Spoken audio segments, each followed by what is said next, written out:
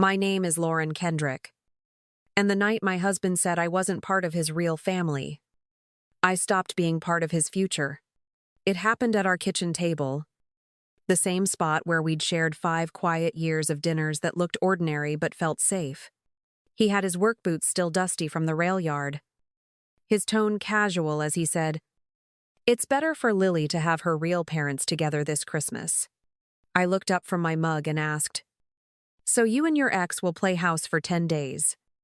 And I'll play ghost?" He didn't even look guilty. Just tired in that self-righteous way men get when they think they're doing the noble thing. "It's for her stability," he said, and I could feel something in me shrink back before it split open. I didn't argue, didn't cry, just nodded like I was agreeing to some neutral plan about travel dates. "You should go then," I said, my voice flat as a receipt proof. Not emotion. He smiled with relief, mistaking surrender for understanding, and reached across the table like I might still be part of that decision. "You'll spend the holidays with your sister, right?" he asked. I stared at him for a long moment before saying, "Sure, I'll find somewhere to be." The lie settled easy on my tongue because it wasn't meant for him, it was for me. When he got up to rinse his cup, I saw the back of his neck in the light and thought, there it is, the line between who I was and who I'll be next. He didn't hear me whisper, "Merry Christmas, Ryan," as he walked away. He thought the conversation was over. He didn't know it was the beginning. The days after that dinner stretched thin, quiet in a way that wasn't peaceful but hollow. Ryan still came home from the rail yard smelling like diesel and cold air, dropping his lunch pail on the counter like everything was normal. I paid the mortgage, the utilities, the groceries, while he talked about overtime and Lily's school fees as if our finances were one body instead of mine, keeping his afloat.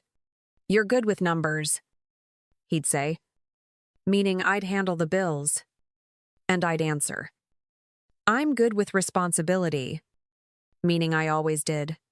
I noticed how Dana's name began to drift into conversations again, carried on a tone too casual to be harmless. "She texted about Lily's soccer practice," he said, scrolling without looking at me. "She wants to coordinate schedules." I asked if that was all. He said, "Don't start." And I didn't, because I already had. I started writing things down: dates, receipts, transfers, small notes in a spiral notebook labeled January. At work, Olivia leaned against my desk and said, "You look like someone trying to survive her own routine." I told her, "I'm fine." She smirked, stirring her coffee. Fine is what people say right before the explosion. I wanted to tell her she was wrong, but even my silence tasted like agreement. When Ryan came home late that night, he kissed my forehead and said, "Long day." I asked if he'd eaten, and he said, "Dana brought dinner for Lily." I just grabbed some. The words landed like static in the air. "You didn't think to call?" I said. He shrugged. It was last minute. I smiled thinly and said, "Everything is. Lately. It's auction-vrighted." That night, I sat at the kitchen table after he'd gone to bed, looking at the lamp's reflection in my half-empty glass of water. The notebook sat open beside it, the word exit underlined twice. I wasn't planning a fight. I was planning freedom. Outside, the city kept moving, indifferent and steady, like it had been waiting for me to catch up.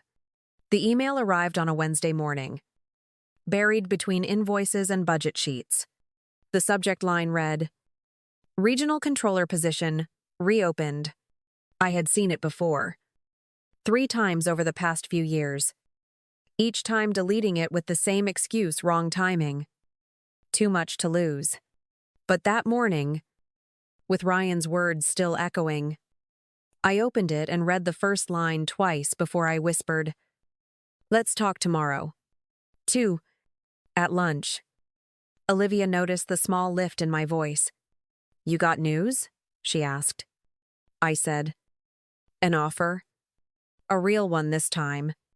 She leaned closer. You're not turning it down again. Are you? I smiled at my reflection in the cafe window. Not this time. The decision felt less like rebellion and more like alignment. When I got home, Ryan was sitting on the couch surrounded by shopping bags. Early gifts? I asked. He grinned. Just things for Lily. I picked up a small white bag and saw the boutique name printed in gold. Candles? I said. She's 11. His face shifted. They're for Dana, he said quickly. From Lily. She wanted to surprise her mom. I held the receipt between my fingers. The ink still fresh. This is for Lily? I asked quietly. She loves candles, he said, avoiding my eyes. So does Dana, I replied, setting the bag down like it burned. He sighed. Don't make this a thing. I kept my tone even. Then don't make it obvious. He followed me into the kitchen, trying to fill the silence with small talk about dinner. Bills. Anything ordinary. You're working late tomorrow, he asked finally. Yeah, I said. Eyes on the sink. Corporate call. He nodded without understanding what that meant. I turned to him and said, You'll be fine without me for one night. That night, after he fell asleep, I sat in the living room and reread the offer. The salary, relocation package, and start date stared back at me like a map out of my own house. I wrote my reply carefully. I accept. Send the contract. Then I closed the laptop, looked toward the bedroom door, and whispered to no one. He'll never see it coming. Ow. The morning he packed for the holidays.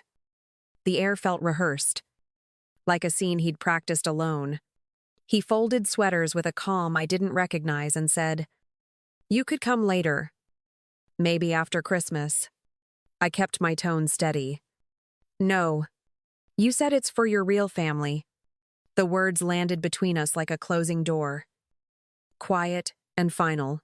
He hesitated, holding his jacket halfway on. It's just for Lily. Lauren.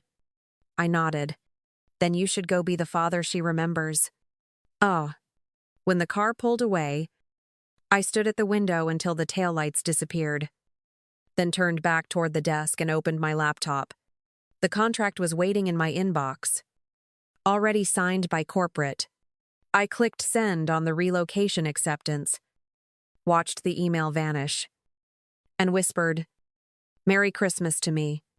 Olivia texted that afternoon, asking, You told him yet? I typed back. No. He'll see the moving truck before he sees it coming. By the weekend, I'd called a realtor. The house was mine alone, purchased before the marriage. Paid from my salary. She asked if I was ready to list. I'm more than ready, I said. And she laughed like she understood the kind of freedom that comes from detachment. The sign went up on the lawn before his second day away. I looked at it through the window, coffee in hand, and thought, closure looks like real estate paperwork. That night, I sorted the mail and found a bank envelope with his name and Dana's typed neatly on the corner. The subject read, Joint account authorization. My pulse didn't rise. It settled. I opened the letter. Read the numbers. And almost admired the arrogance.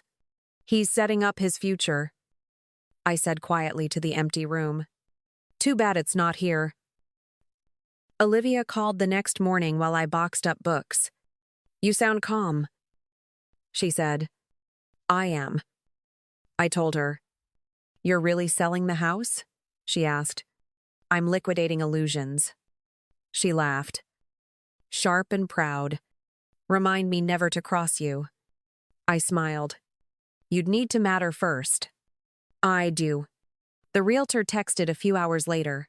First showing confirmed. I glanced around at the half-empty shelves and said, "Perfect timing." The silence of the house didn't ache anymore. It felt strategic, like the prelude to something earned. By the time Ryan texted that night, we made it. Dana's cooking. Lily's thrilled. I'd already booked my flight to Texas. I didn't answer. Some messages don't deserve delivery. The call came late in the afternoon. An unfamiliar number lighting up my phone. I answered, already knowing the tone before hearing it. "Hi," she said. Her voice smooth but edged. "This is Dana. We need to talk." I took a slow breath. "Do we?" There was a pause long enough to feel rehearsed. "You're upsetting Ryan," she said. "He's been a mess. Crying. Not sleeping. It's affecting Lily." I let the silence stretch until it became uncomfortable. "Your daughter?" I asked. "Yes," she said quickly. "My daughter." I nodded to myself. "The one I've helped raise for 5 years while you were inconsistent? That daughter?" Her voice tightened. "I'm here now." "Congratulations," I said. "You get to deal with the fallout." She exhaled, sharp and annoyed. "You don't have to do this. You're being extreme." I almost smiled. "I'm moving for work. That's all. You can call it whatever helps you sleep." She scoffed. "You're abandoning them." "No," I said, calm and low.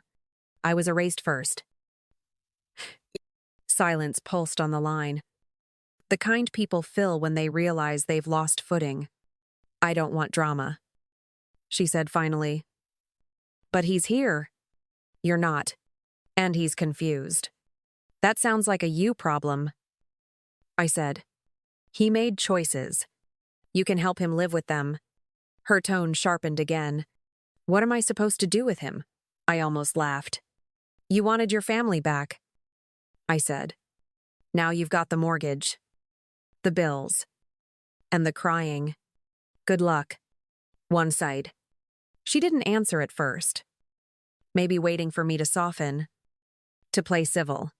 When she finally spoke, her voice was quieter.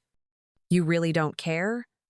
"I cared enough to stop pretending this was something it isn't," I said. "You'll see soon enough. He's not a prize, he's a project." The silence after that felt final. I ended the call before she could recover her tone. For a moment, I just stood there, phone still in my hand, hearing her words echo back through the quiet room, the hum of the refrigerator, the tick of the clock. All of it felt deliberate, as if the house itself was holding its breath. Then I set the phone down, poured a drink, and said to the empty air, "That's one call I won't be returning." 3 days after that call, the front door opened without warning. The suitcase wheels scraped against the floor, breaking the quiet I'd built. Ryan stood in the doorway, eyes red, face pale, trying to look like someone who'd just found clarity. "We need to talk," he said, his voice cracking. I stayed by the hallway light and answered, "So talk. Term." "I left," he said quickly. "I came home. I'm choosing you." I studied him, his hands shaking around the handle of his bag. "Is Lily here?" I asked. He looked down. "No, she's with Dana." I nodded once. "Then you didn't choose me." "You hedged." He winced. "That's not fair." I met his eyes. Fairness stopped mattering when loyalty did. "Reader." He moved closer. Desperate. "I love you," he said. "I made a mistake. I don't want to lose you." My tone didn't rise. Did something happen with her? His silence was answer enough. But I made him say it. "She kissed me," he whispered. I let the words sit between us. "When?" 2 days ago," he said fast. I pulled away. "I told her I was married." I nodded. And then what? He hesitated, searching for the version of the truth that would hurt least. I stayed, he said finally. I didn't know what to do. I exhaled. No. You knew exactly what to do. You wanted to see if it could work. He looked stricken. I was confused. I shook my head. You were curious. There's a difference. His voice rose. I'm here now. Doesn't that mean anything? I said quietly. Only that you ran out of places to hide. He reached for my arm, and I stepped back. Please. I want to fix this. He begged. Then come with me, I said. In January. To Texas. Fully. With Lily. He froze. I can't leave her, he said, voice trembling. I stared at him. Then we're done. His lips parted like he couldn't believe I'd said it. You're really ending this? I did. I replied. You just showed up late. He stood there crying, hoping the noise would undo the damage. After 5 minutes of silence, he picked up the suitcase again. I thought you'd fight, he said. I met his eyes. I did. For 5 years. Alone. He nodded. Broken. And walked out. The sound of the door closing felt less like loss and more like confirmation. 2 weeks later, the moving truck arrived before sunrise, its engine humming like a countdown. I watched the boxes disappear one by one, each one lighter than it should have been. By noon, the house was empty, its silence clean and final. Olivia met me at the new apartment and said, You look calm. I told her. I am. She smiled. You're really gone for good? I nodded. I was gone the moment he said real family. Texas felt different from the first morning bigger skies. Fewer ghosts. Vincent greeted me at the office with a handshake that felt like permission. Welcome to the new role, he said. You'll do great here, I answered. I already am. The work came fast. The kind that filled every corner of thought, leaving no space for old conversations. At night, the quiet in my apartment didn't ache. It settled. Back in Chicago, Ryan and Dana stayed in the old house long enough for the bills to catch up. Olivia texted once. He looks worn down. I replied. So does regret. She sent a thumbs-up emoji. And that was the end of it. The realtor emailed the closing documents a week later, and I signed them without hesitation. Congratulations, she wrote. Sale complete. Add. When the deposit hit my account, I stared at the balance. Not because of the money, but because it marked the exact value of peace. Ryan tried calling once more. I let it ring out. I didn't need to hear apologies disguised as clarity. Freedom, I learned, doesn't announce itself, it arrives in silence. And when it does, you don't chase closure, you become it. 3 weeks after the move, a letter arrived in my mailbox. The handwriting uneven but familiar. I sat on the edge of my bed, turning the envelope over before opening it. Ryan's name wasn't written anywhere, but I recognized the hesitation in every curve of the pen. Inside, his words started with a single sentence that read like an apology wearing someone else's clothes. I never understood what I lost until I couldn't reach you. Oh.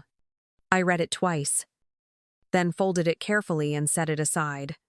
He wrote about missing the sound of the house, the smell of my coffee, the steadiness I gave him. I know I broke something I can't fix, he said. And I don't know who I am without you. I traced the line with my thumb and said aloud, You're exactly who you were with me. You just finally have to see it. There was no anger left, just the calm that comes after a storm's last echo. When I looked out the window, the city lights reflected on the glass like a reminder that new beginnings rarely make noise. I didn't write back. There was nothing to say that hadn't already been proven. Freedom doesn't need closure, it creates it.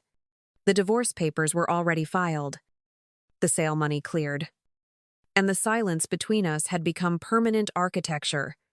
I stood by the window, holding the letter one last time before tucking it into a drawer. He thought family was about blood. I said quietly, I learned it's about who bleeds with you. The city moved beneath me. Fast and indifferent. Exactly how I liked it.